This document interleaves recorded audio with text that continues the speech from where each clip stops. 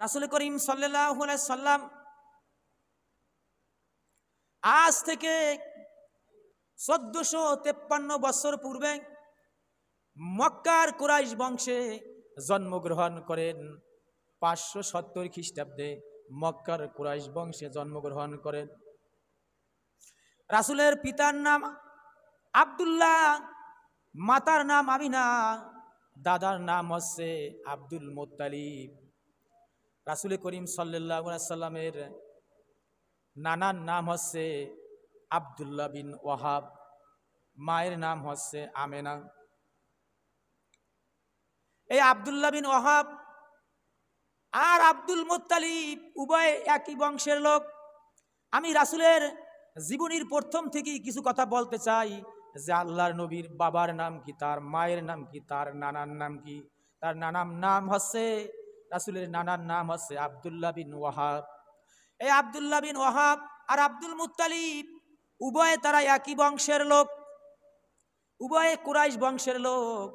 কিন্তু এই কুরাইশদের মক্কার যে শত্রুতা, এটা কিন্তু নতুন কিছু নয়, এটা পূর্বপুরুষ থেকেই তাদের মধ্যে শত্রুতা ছিল। পূর্বপুরুষ থেকেই তাদের মধ্যে গ্যাঞ্জাম, মারামারি, কাটাকাটি, হানাহানি ছিল। ওই সময় ওই কুরাইশ বংশে খোয়াজা কবিলা নামে একজন লোক ছিল, খোজা কবিলা নামে একজন লোক ছিল। সে ওই মক্কার কুরাইশ বংশের উপরে সে আক্রমণ করেছে, যার কারণে ওই খোজা কবিলা যখন কুরাইশ বংশের উপরে আক্রমণ করেছে, ওই সময় তাদের পূর্বপুরুষ গিয়া মদিনায় আশ্রয় গ্রহণ করেছে।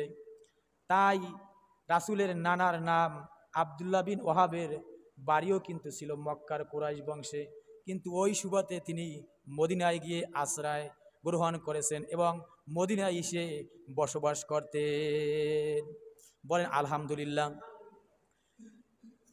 রাসূলের নানার নাম হচ্ছে আব্দুল্লাহ বিন ওয়াহাব, ওয়াহাবের বাড়ি হচ্ছে মদিনায়।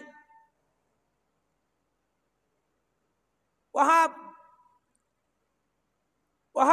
একদিন তিনি স্বপ্ন দেখেন যে এক বুজুর্গ, এক দরবেশে ওয়াহাবকে বলতে আছে, ওয়াহাব রে, তুমি বড় ভাগ্যবান, তুমি বড় কপালওয়ালা, তুমি বড় ভাগ্যময়, তুমি বড় কপালওয়ালা।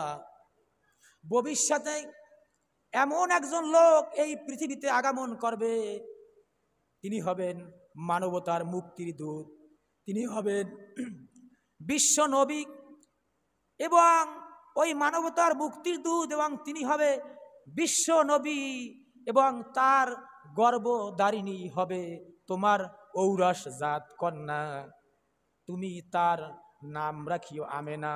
একথা এক দরবেশ এসে ওয়াহাবরে এসে বলে গেছে, ওয়াহাবরে তুমি বড় কপালওয়ালা, তুমি বড় ভাগ্যবান।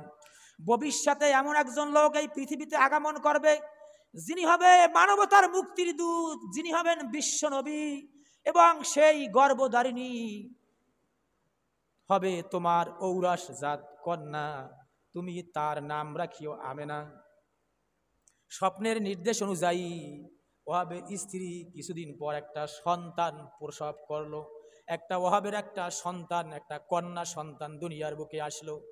আমি বলি, ও দুনিয়ার মানুষেরা, আমরা তো কত জীবনী শুনি, কত জীবন সম্পর্কে আলোচনা করা হয়, কত দেখা যায় যাদের কোনো নাম নাই, যাদের কোনো জাত নাই, যাদের কোনো বংশ নাই, কত নেতা খাতার জীবনী আলোচনা করা হয়।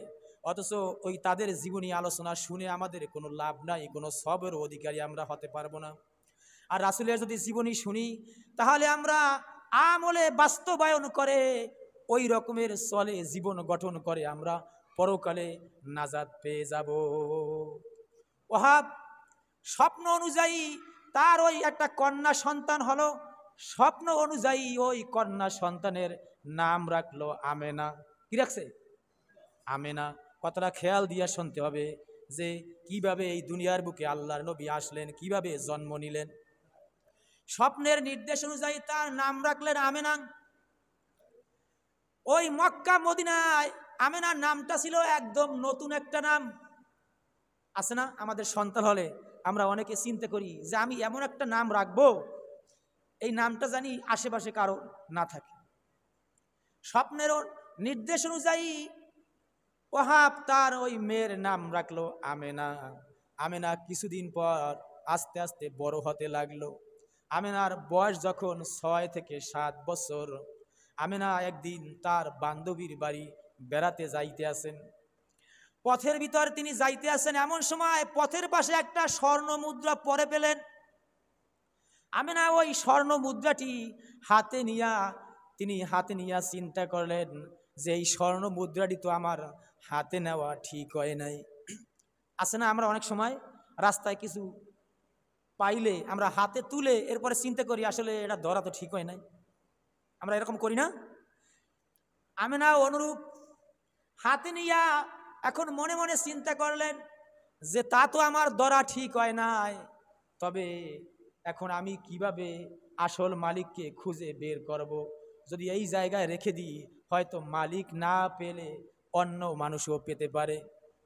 তিনি তার বান্ধবীর বাড়িতে গিয়া বলল, বোন দেখ, আমি একটা স্বর্ণ মুদ্রা পেয়েছি আসার সময় পথের ভিতরে, এখন কিভাবে এর আসল মালিককে খুঁজে বের করব? ওই বান্ধবী বলল, বোন চিন্তার বিষয় নাই, তুমি এত টেনশন করো কেন, এত চিন্তা করো কেন?